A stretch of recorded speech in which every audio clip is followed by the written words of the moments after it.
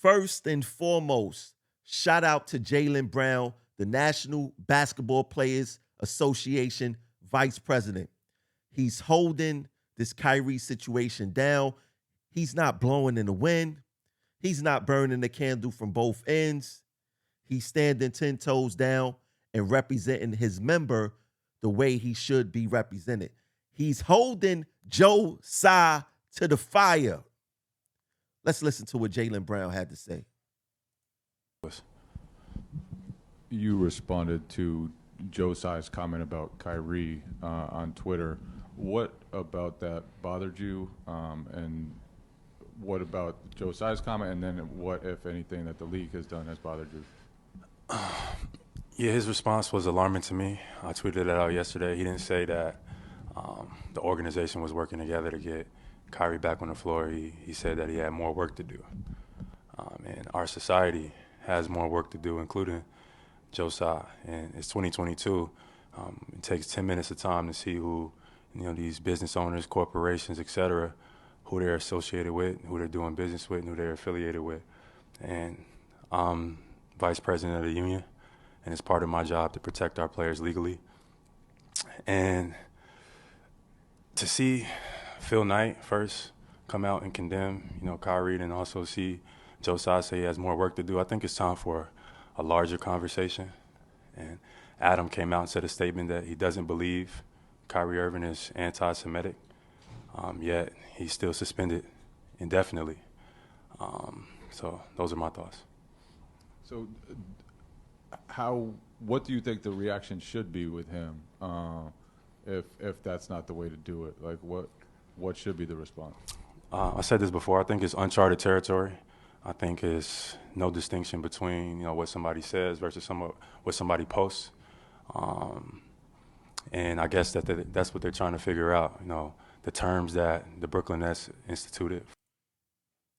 Now, we could stop it there. I love Jaylen Brown's demeanor. He's articulate. He doesn't let the media rattle him.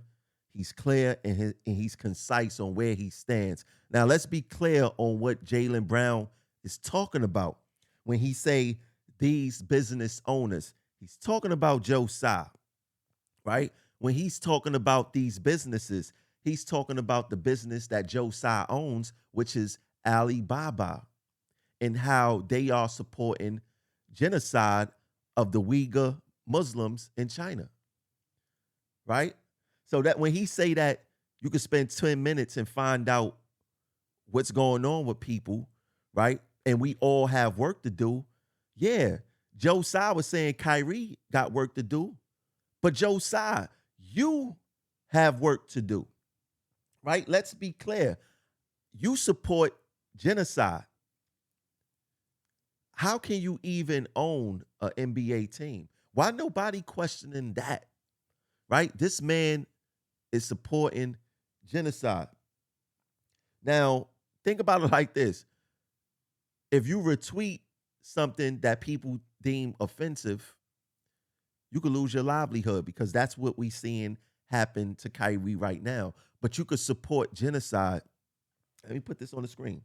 You could support genocide and actually own an NBA team, right? And Jaylen Brown also mentioned there's possibly something else going on, and there needs to be a larger conversation or a larger situation. That larger situation is when Kyrie refused to take the juice. He basically did not let the money control him. They said, Kyrie, if you don't play, we're going to suspend you. He lost $14 million. He did not let the money control him. He basically said, listen, I'm doing what's best for myself, for my family, for my body.